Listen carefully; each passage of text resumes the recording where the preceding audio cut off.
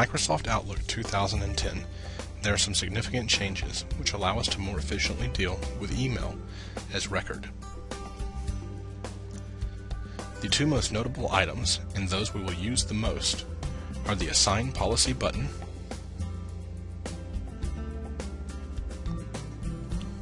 and the Retention Policy line at the beginning of each email message.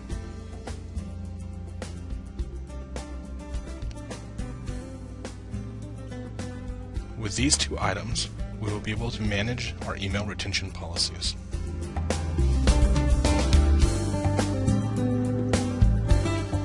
In order to set a retention policy on an email message, we choose the Assign Policy button. When the Assign Policy button is selected, the Retention Policy drop-down window appears.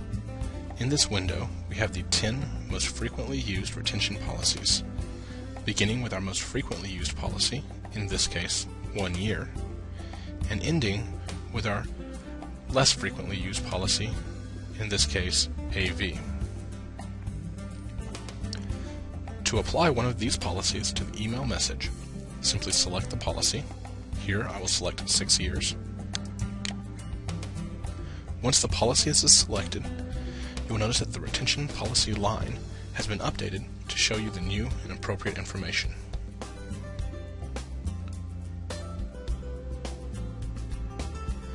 Should the policy you wish to use not be listed in the Retention Policy drop-down window, move to the More Retention Policies items. Once you select the More Retention Policies item, the Retention Policies window will open. This window is by default sorted by the name of the retention policy. If you click on the Retention Period heading at the upper portion of the window, the contents will be resorted according to the retention period of the various policies. Locate the policy you wish to apply and click the Apply button. Again, you will notice the retention policy line at the beginning of the email has changed to reflect the new policy.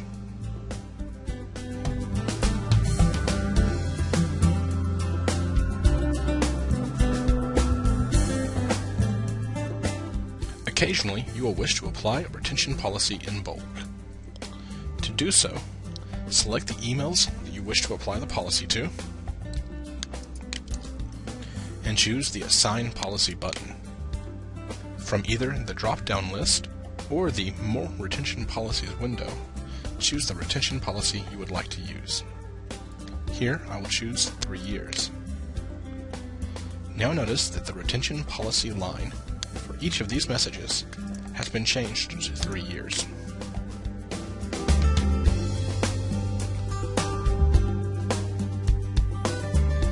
In some circumstances, you will wish to remove the retention policy you have already set.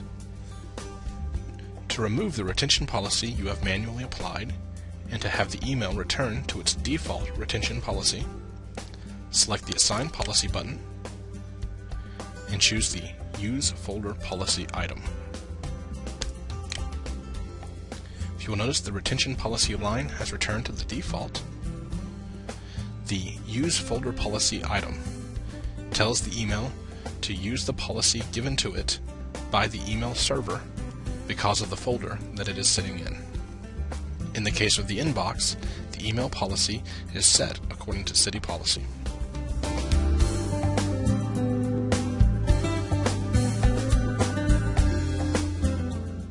If you wish to assign retention policies to an entire folder, simply select the folder. Here you will see I've created a 3-year folder. With the folder selected, click the Assign Policy button and choose Set Folder Policy. The folder's properties window appears. Choose the policy you wish this folder to have from the drop-down list. Here I will choose 3 years and select OK. Now, as I move an item with a default retention policy into the 3-year folder, you will see that the retention policy is now 3 years.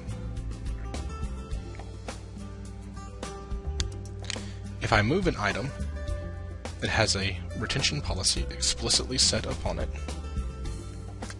for our example, I will set this email with a 7-year policy. If I move that into the 3-year folder,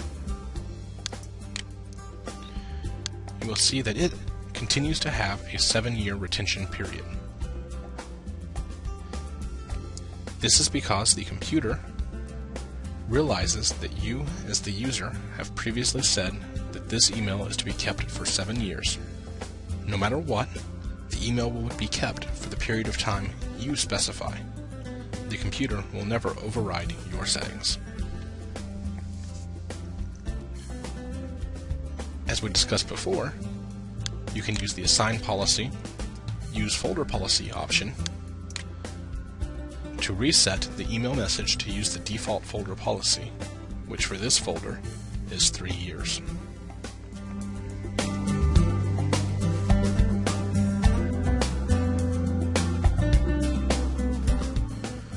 When creating a new email message, it is important to remember that as the originator of the message, you are responsible for the proper retention of that email.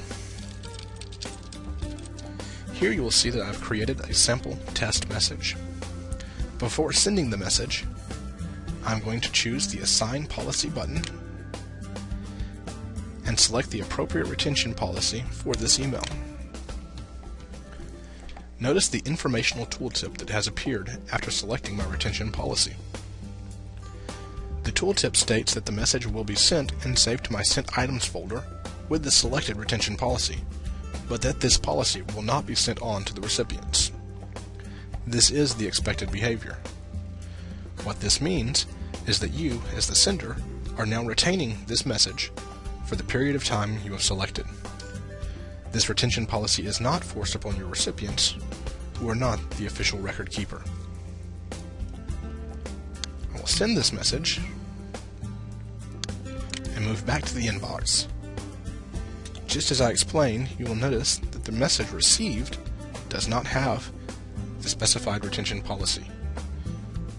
Again, the receiver of the message will always get the default retention policy until they choose how to categorize the message. The sender can look in their Sent Items and see that the message has the policy they specified.